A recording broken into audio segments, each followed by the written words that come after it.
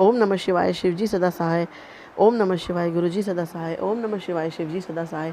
ओम नमः शिवाय गुरुजी सदा सहाय। गुरुजी के चरणों में माथा रख के प्रणाम करती हूँ, कोटि कोटि प्रणाम करती हूँ, अनंत बार प्रणाम करती हूँ, नाक रगड़ के प्रणाम करती हूँ। और सभी संगत जी को जय गुरु जी। संगत जी, अब मैं श्री शिव महापुराण के विदेश्वर संहिता के 14वें अध्याय का वाचन करने जा रही हूँ, जिसका विषय है अग्नि यज्ञ, देव यज्ञ और ब्रह्म यज्ञ आदि का वर्णन। भगवान शिव के द्वारा 7 वारों का निर्माण तथा उनमें देवाराधन से विभिन्न प्रकार के फलों की प्राप्ति का कथन। ऋषिगण बोले, हे प्रभु, अग्नि यज्ञ, देव यज्ञ, ब्रह्म यज्ञ, गुरु पूजा तथा ब्रह्म तृप्ति का क्रमशः हमारे समक्ष वर्णन कीजिए। सूर्य जी बोले, हे महर्षियों, गृहस्थ पुरुष अग्नि में सायंकाल और प्रातःकाल जो चावल आदि द्रव्य की आहुति देता है, उसी को अग्नि यज्ञ कहते हैं।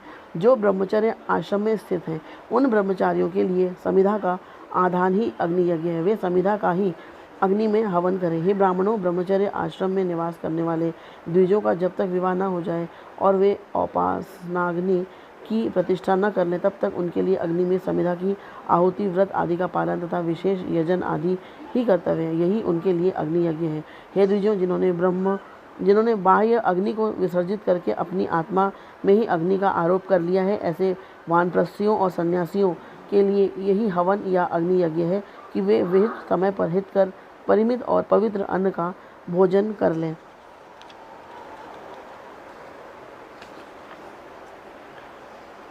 उपासनाग्नि को ग्रहण करके जब कुंड अथवा भांड में सुरक्षित कर लिया जाए, तब उसे अजस्त्र कहा जाता है। राजविप्लव या दुर्दैव से अग्नि त्याग का भय उपस्थित हो जाने पर जब अग्नि को स्वयं आत्मा में अथवा अरणि में स्थापित कर लिया जाता है, तब उसे समारोपित कहते हैं। हे ब्राह्मणों, सायंकाल अग्नि के लिए दी हुई आहुति संपत्ति प्रदान करने वाली होती है, ऐसा जानना चाहिए। और प्रातःकाल सूर्यदेव को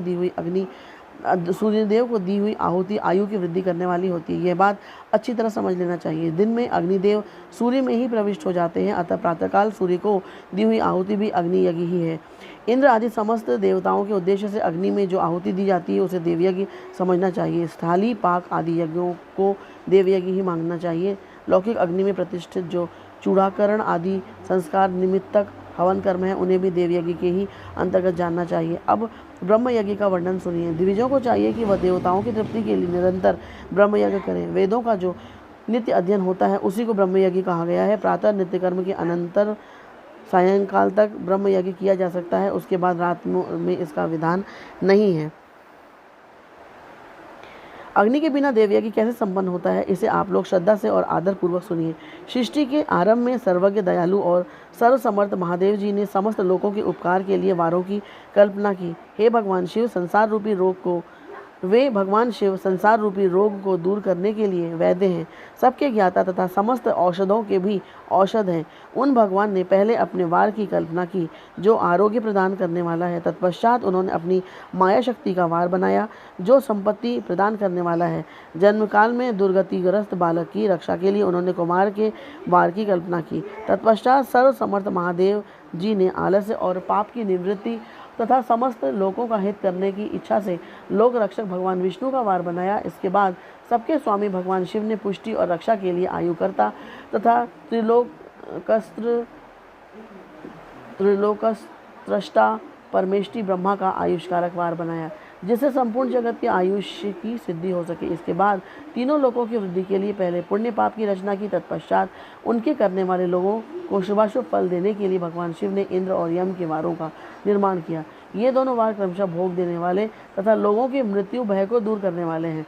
इसके बाद सूर्य आदि 7 ग्रहों को, जो अपने ही स्वरूप भूत तथा प्राणियों के लिए सुख दुख के सूचक हैं, भगवान शिव ने उपर्युक्त 7 वारों का स्वामी निश्चित किया। वे सबके सब ग्रह नक्षत्रों के ज्योतिर्मय मंडल में प्रतिष्ठित हैं। शिव के वार या दिन के स्वामी सूर्य हैं। शक्ति संबंधी वार के स्वामी सोम हैं। कुमार संबंधी दिन के अधिपति मंगल हैं। विष्णु वार के स्वामी बुध हैं। ब्रह्मा जी के वार में अधिपति बृहस्पति हैं। इंद्र वार के स्वामी शुक्र और यम वार के स्वामी शनैश्चर हैं। अपने अपने वार में की हुई उन देवताओं की पूजा उनके अपने अपने फल को देने वाली होती है। सूर्य आरोग्य के और चंद्रमा संपत्ति के दाता हैं। मंगल व्याधियों का निवारण करते हैं। बुध पुष्टि देते हैं। बृहस्पति आयु की वृद्धि करते हैं। शुक्र भोग देते हैं और शनैश्चर मृत्यु का निवारण करते हैं। ये 7 वारों के क्रमशः फल बताए गए हैं, जो उन देवताओं की प्रीति से प्राप्त होते हैं। अन्य देवताओं की भी पूजा का फल देने वाले भगवान शिव ही हैं। देवताओं की प्रसन्नता के लिए पूजा की 5 प्रकार की ही पद्धति बनाई गई। उन देवताओं के मंत्रों का जप यह पहला प्रकार है। उनके लिए होम करना दूसरा, दान करना तीसरा तथा तप करना चौथा प्रकार है। किसी वेदी पर, प्रतिमा में, अग्नि में अथवा ब्राह्मण के शरीर में आराध्य देवता की भावना करके 16 उपचारों से उनकी पूजा या आराधना करना पांचवा प्रकार है। इनमें पूजा के उत्तरोत्तर आधार श्रेष्ठ हैं। पूर्व के अभाव में उत्तरोत्तर आधार का अवलंबन करना चाहिए। दोनों नेत्रों तथा मस्तक के रोग और कुष्ठ रोग की शांति के लिए भगवान सूर्य की पूजा करके ब्राह्मणों को भोजन कराएं। तदनंतर 1 दिन, 1 मास, 1 वर्ष अथवा 3 दिन लगातार ऐसा साधन करना चाहिए। इससे यदि प्रबल प्रारब्ध का निर्माण हो जाए तो रोग एवं जरा आदि का नाश हो जाता है। ईष्टदेव के नाम मंत्रों का जप आदि साधन वार आदि के अनुसार फल देते हैं। रविवार को सूर्य के लिए, अन्य देवताओं के लिए तथा ब्राह्मणों के लिए विशिष्ट वस्तु अर्पित करें। यह साधन विशिष्ट फल देने वाला होता है तथा इसके द्वारा विशेष रूप से पापों की शांति होती है।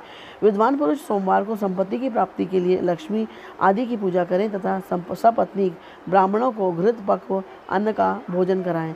मंगलवार को रोगों की शांति के लिए काली आदि की पूजा करें तथा उड़द, मूंग एवं अरहर की दाल आदि से युक्त अन्न ब्राह्मणों को भोजन कराएं। विद्वान पुरुष बुधवार को दधि युक्त अन्न से भगवान विष्णु का पूजन करें। ऐसा करने से सदा पुत्र, मित्र और स्त्री आदि की पुष्टि होती है। जो दीर्घायु होने की इच्छा रखता हो वह गुरुवार को देवताओं की पुष्टि के लिए वस्त्र, यज्ञोपवीत तथा घृत मिश्रित खीर से यजन पूजन करें।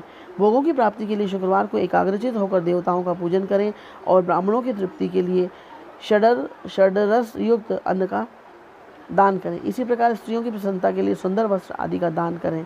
शनैश्चर अपमृत्यु का निवारण करने वाला है। उस दिन बुद्धिमान पुरुष रुद्र आदि की पूजा करें। तिल के होम से, दान से देवताओं को संतुष्ट करके ब्राह्मणों को तिल मिश्रित अन्न भोजन कराएं। जो इस तरह देवताओं की पूजा करेगा वह आरोग्य आदि फल का भागी होगा। देवताओं के नित्य पूजन, विशेष पूजन, स्नान, दान, जप, होम तथा ब्राह्मण तर्पण आदि में एवं रवि आदि वारों में विशेष तिथि और नक्षत्रों का योग प्राप्त होने पर विभिन्न देवताओं के पूजन में सर्वज्ञ जगदीश्वर भगवान शिव ही उन देवताओं के रूप में पूजित होकर सब लोगों को आरोग्य आदि फल प्रदान करते हैं। देश, काल, पात्र, द्रव्य, श्रद्धा एवं लोक के अनुसार उनके तारतम्य क्रम का ध्यान रखते हुए महादेव जी आराधना करने वाले लोगों को आरोग्य आदि फल देते हैं। शुभ मांगलिक कर्म के आरंभ में और अशुभ अंत्येष्टि आदि कर्म के अंत में तथा जन्म नक्षत्रों के आने पर गृहस्थ पुरुष अपने घर में आरोग्य आदि की समृद्धि के लिए सूर्य आदि ग्रहों का पूजन करें। इससे सिद्ध है कि देवताओं का यजन संपूर्ण अभीष्ट वस्तुओं को देने वाला है। ब्राह्मणों का देव यजन कर्म वैदिक मंत्र के साथ होना चाहिए। यहाँ ब्राह्मण शब्द क्षत्रिय और वैश्य का भी उपलक्षण है। शूद्र आदि दूसरों का देव यज्ञ तांत्रिक विधि से होना चाहिए। शुभ फल की इच्छा रखने वाले मनुष्यों को सातों ही दिन अपनी शक्ति के अनुसार सदा देव पूजन करना चाहिए। निर्धन मनुष्य तपस्या, व्रत आदि के कष्ट सहन द्वारा और धनी धन के द्वारा देवताओं की आराधना करे। वह बार बार श्रद्धापूर्वक इस तरह के धर्म का अनुष्ठान करता है और बारंबार पुण्य लोकों में नाना प्रकार के फल भोग कर पुनः इस पृथ्वी पर जन्म ग्रहण करता है। धनवान पुरुष सदा भोग सिद्धि के लिए मार्ग में वृक्ष आदि लगाकर लोगों के लिए छाया की व्यवस्था करे। जलाशय, कुआं, बावली और पोखरे बनवाए। वेद शास्त्रों की प्रतिष्ठा के लिए पाठशाला का निर्माण करे तथा अन्य प्रकार से भी धर्म का संग्रह करता रहे। समयानुसार पुण्य कर्मों के परिपाक से अंतःकरण शुद्ध होने पर ज्ञान की सिद्धि हो जाती है। द्विजों, जो इस अध्याय को सुनता, पढ़ता अथवा दूसरों को सुनाता है उसे देवयज्ञ का फल प्राप्त होता है। इति श्री शिव महापुराणे प्रथमायाम विदेश्वर संहितायाम अग्नि यज्ञादि वर्णनम नाम 14 अध्याय। इस प्रकार शिव महापुराण के अंतर्गत प्रथम विदेश्वर संहिता में अग्नि यज्ञ आदि का वर्णन नामक 14वां अध्याय पूर्ण हुआ।